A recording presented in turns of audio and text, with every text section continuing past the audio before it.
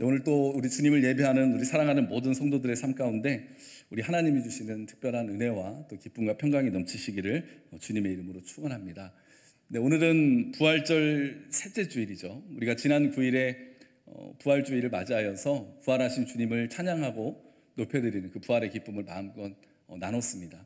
특별히 교회 역사를 보면 우리 주님께서 부활하시고 승천하신 후에 오순절까지 성령 강림 주일까지 이 초대교회는 기쁨의 50일 그렇게 날짜를 정하고 그렇게 보냈다고 합니다. 그러니까 이 기쁨의 50일 기간에는 금식도 하지 않고 하나님 앞에 무릎 꿇고 기도하는 것도 하지 않고 온전히 그 부활하신 주님 안에서 기쁨을 마음껏 누리고 찬양하고 교제하는 데만 모든 에너지와 열정을 쏟았다는 거예요. 그러니까 지금이 이 기쁨의 50일 기간인 것이죠. 네, 우리는 이 부활하신 주님 안에서 항상 기뻐하는 삶을 살아야 될 것입니다.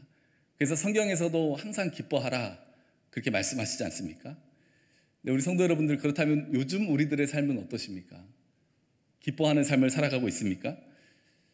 물론 우리가 매일매일 기쁨을 누리며 살아가는 것 너무 중요하지만 사실 쉬운 일은 아니죠. 왜냐하면 우리들의 삶의 자리에 우리들의 기쁨을 뺏어가는 요소들이 너무나 많이 있어요.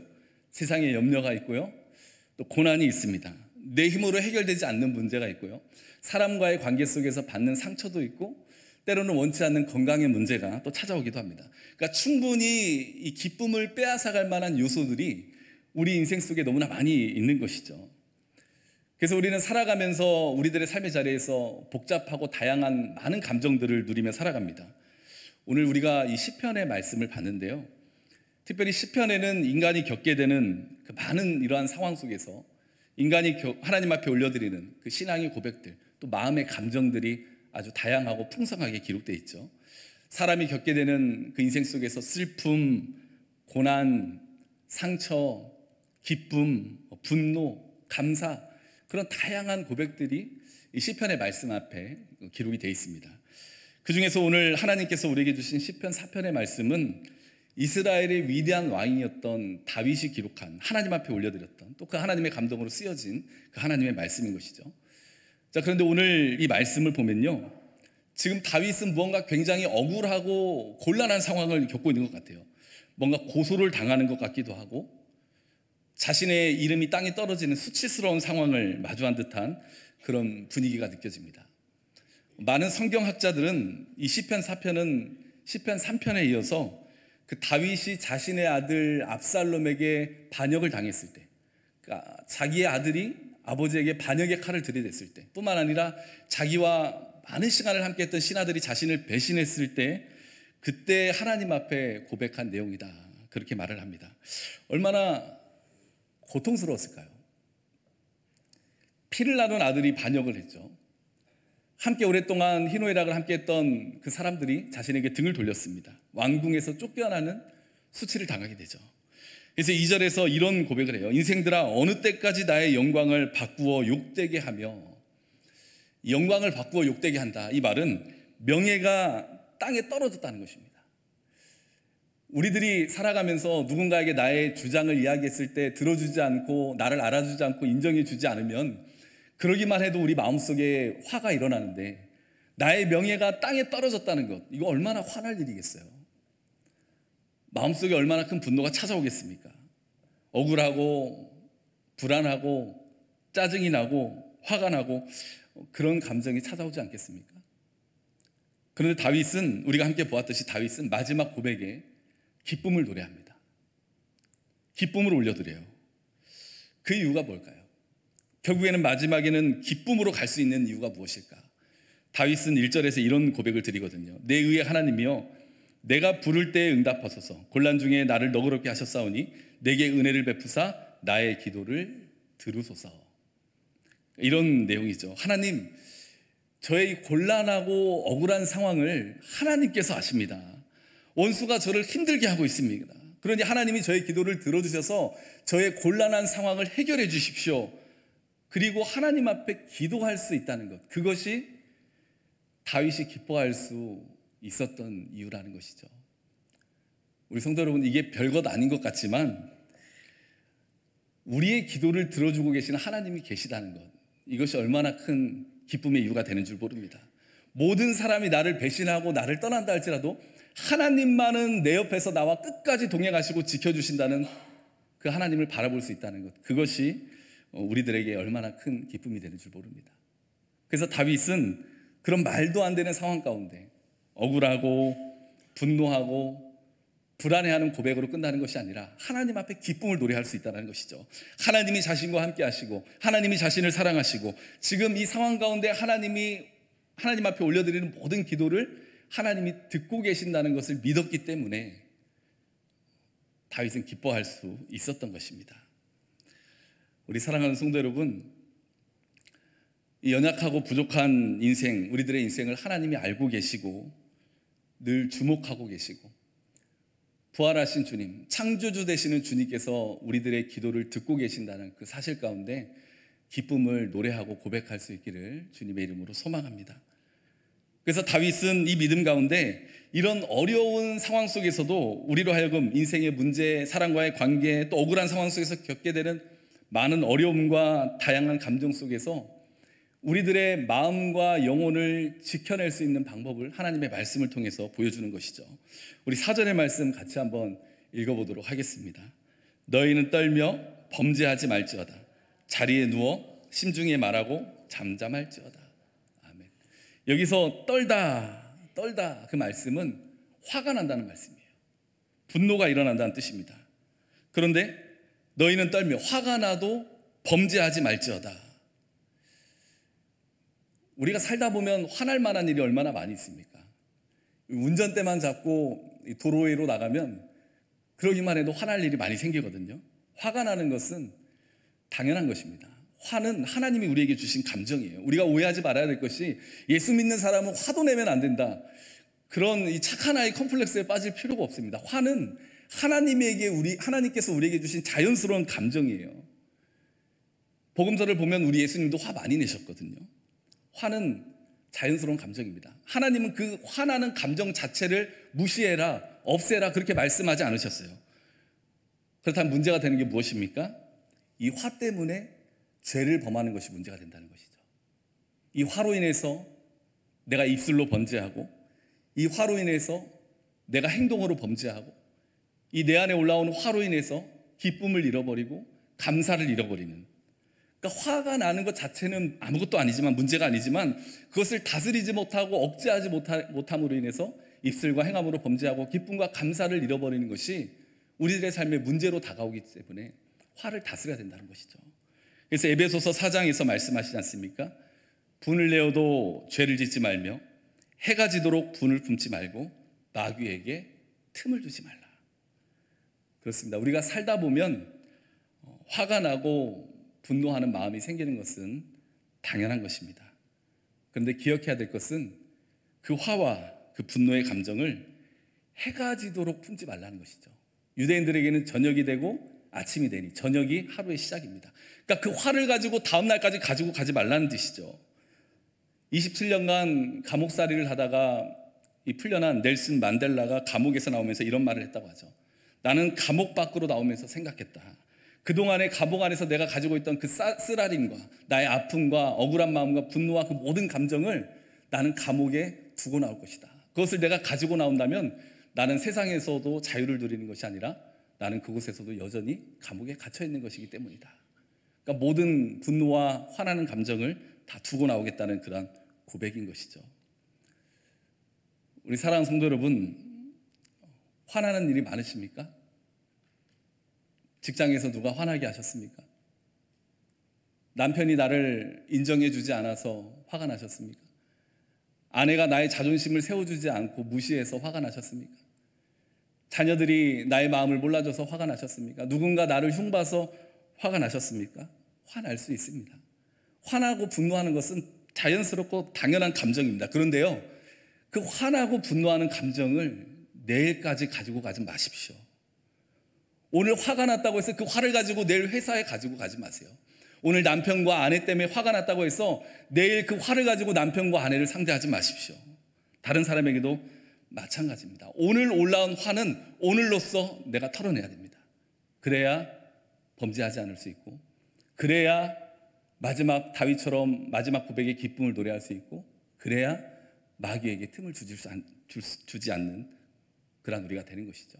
그 화를 가지고 내일까지 가게 되면 더 큰 불화가 생기게 되는 것입니다. 아니, 화가 나는데 어떻게 털어냅니까? 마음속에 막 끌어올라오는데 어떻게 오늘 저녁까지 그걸 다 없앱니까? 그걸 어떻게 정리합니까? 그래서 우리 하나님이 말씀해 주시죠. 4절에서 계속 말씀하십니다. 자리에 누워 심중에 말하고 잠잠할지어다. 심중에 말하라. 이거는 히브리인들이 사용하는 표현인데요, 나의 모습을 뒤돌아보라는 것이죠. 너도 한번 뒤돌아봐라. 너도 회개할 것이 있는가 없는가 한번 생각해 보아라. 그리고 하나님이 5절에서 말씀하십니다. 중요하죠. 의의 제사를 드리고 여호와를 의지할지어다. 의의 제사, 예배 드리라는 거예요. 예배가 뭡니까? 하나님을 바라보고 하나님을 신뢰하는 것이죠. 그러니까 하나님께 맡기라는 거예요. 지금 너의 화가, 너의 감정이, 너의 분노가 그것 때문에 지금 기쁨을 누리고 있지 못한다면 차라리 나에게 맡겨버려라. 억울한 일이 있으면 하나님이 풀어주실 것이고, 의도하지 않게 틀어진 일이 있다면 하나님이 해결해 주실 것이고, 내가 자존심 상하고 무시당한 일이 있다면 하나님이 다시 높여줄 것이다. 그러니까 하나님을 예배하고 신뢰하는 믿음 가운데 나아가라는 것이죠. 그래서 우리가 잠잠히 하나님을 바라보면 우리들의 분노가 가라앉습니다. 잠잠히 하나님을 바라보면 하나님이 나에게 주신 은혜가 생각이 나거든요. 지금까지 나를 도와주신 하나님의 사랑이 기억이 되거든요. 그러면 그때 우리가 올라오는 화를 내려앉히고 불만이 사라지고 다시 한번 잠잠히 하나님을 향한 감사의 마음으로 나아갈 수 있는 것입니다. 우리 사랑하는 성도 여러분, 아무리 화가 나고 억울한 일이 있을지라도, 그 화의 감정이 올라온다 할지라도 그거 내일까지 가져가셔서 기쁨과 감사 다 잃어버리지 마시고 잠잠히 하나님을 바라보고 하나님 앞에 맡기는 믿음 가운데 오늘 저녁까지 다 털어낼 수 있기를 주님의 이름으로 권면합니다. 성경은 계속해서 우리의 마음과 영혼을 관리하는 방법을 말씀하시죠. 6절의 말씀입니다. 여러 사람의 말이 우리에게 선을 보일 자 누구냐 하오니 여호와여 주의 얼굴을 들어 우리에게 비추소서. 우리들의 인생 속에서 여러 가지 많은 복잡하고 다양한 문제 속에서 결국에는 우리가 기쁨을 노래할 수 있는 이유는 하나님이 우리를 보고 계시고 그 상황을 알고 계시기 때문이라는 것이죠. 제가 개인적인 간증인데요, 몇 년 전에 개인적으로 굉장히 힘든 일이 있었어요.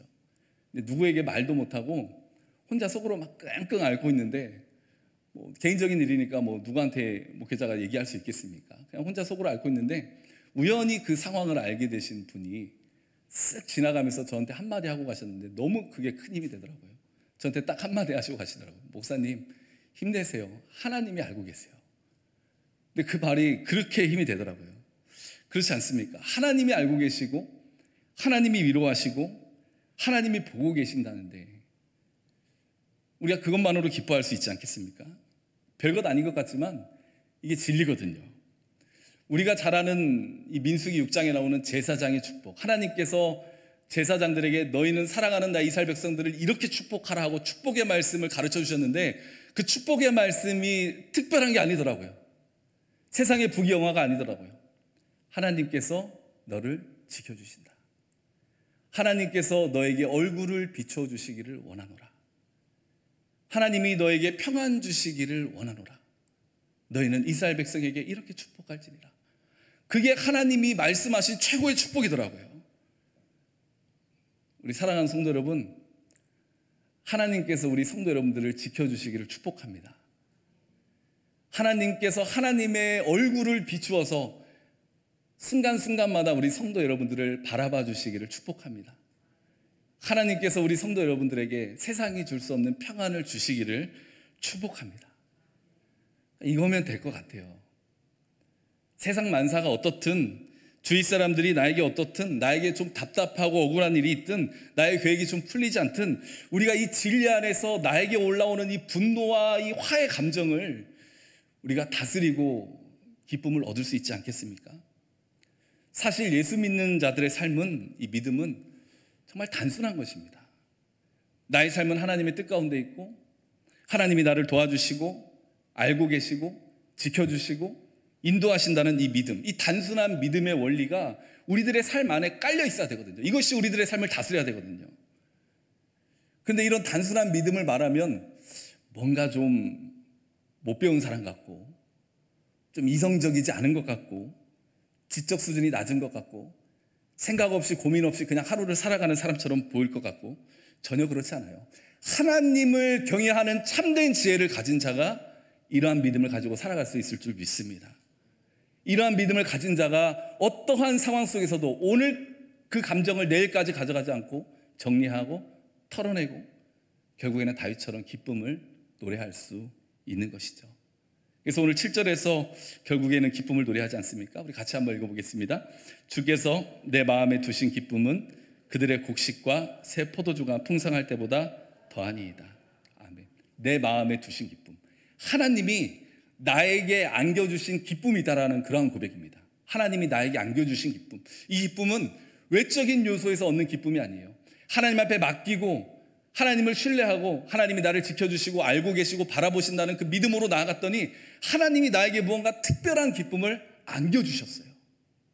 그래서 결국에는 기쁨을 노래하는 것입니다. 우리에게 이러한 기쁨이 넘치기를 주님의 이름으로 축복합니다. 세상의 사람들은 외적인 요소에서 기쁨을 찾으려고 하죠. 특별히 요즘 같은 시대는 대부분 물질에서 기쁨을 얻으려고 합니다. 소유에서 기쁨을 얻으려고 하죠. 근데 그거는 잠깐이잖아요.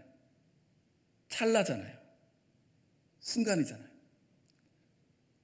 돈 좀 있으면 막 기뻤다가 돈 좀 없어지면은 힘들어하고, 통장에 잔고 좀 있으면 어깨가 쭉쭉 올라가는 것 같다가 자동이체로 여기저기서 다 빠져나가면 또 기가 죽고, 사람들에게 좀 인정받으면 막 하늘을 날아가는 것 같은 기분이 들다가 조금 내가 주역이 되지 못하고 인정받지 못하는 것 같으면 또 막 저 밑바닥까지 쭉 내려가고, 이 외적인 요소의 기쁨은 잠깐이에요.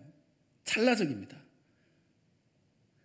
다윗도 지금 자신의 아들에게 배신당하고 믿었던 사람들에게 상처받고 자신이 살던 왕궁에서 쫓겨나는, 모든 것을 다 내려놓는 그러한 시간이었어요. 화가 나고 분노가 일어나는 그러한 상황이었습니다. 인생이 너무 곤란한 상황이었어요. 그런데 나를 바라보시고 나의 기도를 들으시는 그 하나님을 바라보니 외적인 요소와는 아무 상관없이 하나님이 나에게 안겨주신 기쁨이 있다고 노래할 수 있다는 것이죠. 우리가 그 기쁨을 누려야 되지 않겠습니까? 스바냐 3장 17절에서 우리 하나님이 말씀하십니다. 너희 하나님 여호와가 너희 가운데 계시니 그는 구원을 베푸실 전능자이시리라. 그가 너로 말미암아 기쁨을 이기지 못하시며 너를 잠잠히 사랑하시며 너로 말미암아 즐거이 부르며 기뻐하시리라. 하나님이 이미 우리를 기뻐하신다는 거죠. 그래서 우리에게 기쁨을 안겨주신다고, 우리를 기뻐하신 하나님께서 우리에게 사랑을 주시고 사랑해 주시고 우리에게 기쁨을 안겨주신다고 약속하십니다. 지금 세상 가운데 누구에게도 말 못할 억울한 일이 있지, 마음대로 안 풀리는 일이 있지, 마음속에 화가 있고 분노가 있지, 그런데 나한테 맡겨봐. 내가 신비한 기쁨을 너에게 안겨줄게. 그 문제를 내가 해결해 줄게. 우리 하나님께서 약속하고 있는 것이죠. 그래서 그 기쁨을 누리는 자가 누릴 수 있는 축복이 있습니다. 우리 8절의 말씀 같이 읽어보겠습니다. 내가 평안히 눕고 자기도 하리니 나를 안전히 살게 하시는 이는 오직 여호와이시니라. 아멘. 평안히 눕고 잠 잘 자려면 마음에 걱정거리가 없어야 되겠죠. 마음에 염려가 없어야 되겠죠. 근심과 걱정과 분노가 있는 상황에서는 평안히 누울 수도 없고 잠도 잘 잘 수가 없습니다. 그런데 하나님이 나에게 안겨주신 기쁨, 그 외적인 요소에서 찾는 기쁨이 아니라 하나님이 나에게 안겨주신 기쁨을 안고 살아갈 때 우리가 나의 그 화나는 감정, 나의 염려 다 털어내고 평안히 눕고 잘 수 있는 그런 은혜를 누릴 수 있는 것입니다. 오늘 부활절 셋째 주일입니다. 기쁨의 50일을 지나고 있죠. 세상살이가 이러쿵 저러쿵 나의 모습이 어떠하든지 우리가 늘 기쁨으로 살아갈 수 있는 이유가 바로 여기에 있습니다. 우리 부활의 주님께서 세상 끝날까지 내가 너희와 함께 할 것이다 약속해 주셨습니다. 부활의 주님께서 누가 정죄하리요, 죽으실 뿐 아니라 다시 살아나신 이는 그리스도 예수시니 그는 하나님 우편에 계신 자요 우리를 위하여 간구하시는 자니라. 하나님 우편에서 우리를 위해서 간구해 주시겠다고 약속하셨어요. 우리의 상황을 알고 계시니까 기도해 주시는 것이죠. 우리를 바라보고 계시니까 우리를 위해서 중보해 주시는 것이죠. 우리가 이 상황, 이 사실을 믿는다면 우리도 다윗처럼 결국에는 기쁨을 노래할 수 있지 않겠습니까? 그러니 함께 예배하는 우리 사랑하는 성도 여러분, 화나는 일이 있어도 오늘 넘기지 마십시오. 주님께서 나의 상황을 알고 계시고 나를 보고 계시고 나에게 기쁨을 주시기를 원하십니다. 어렵고 힘든 일이 있어도 우리 주님을 바라보십시오. 우리 믿음의 백성들의 기쁨의 원인은, 요소는 외적인 요소에 있지 않습니다. 죽음과 고난을 이겨내시고 그 부활하신 예수님께서 나의 주님이 되어주신다는 그 사실 자체가 기쁨의 근원이 되는 줄 믿으시기를 소망합니다. 그 주님과의 사랑의 관계 속에서 주님께서 나에게 안겨주신 그 특별한 기쁨을 풍성히 누리며 나의 마음과 영혼을 건강히 세워나가는 우리 모두가 될 수 있기를 간절히 소망합니다.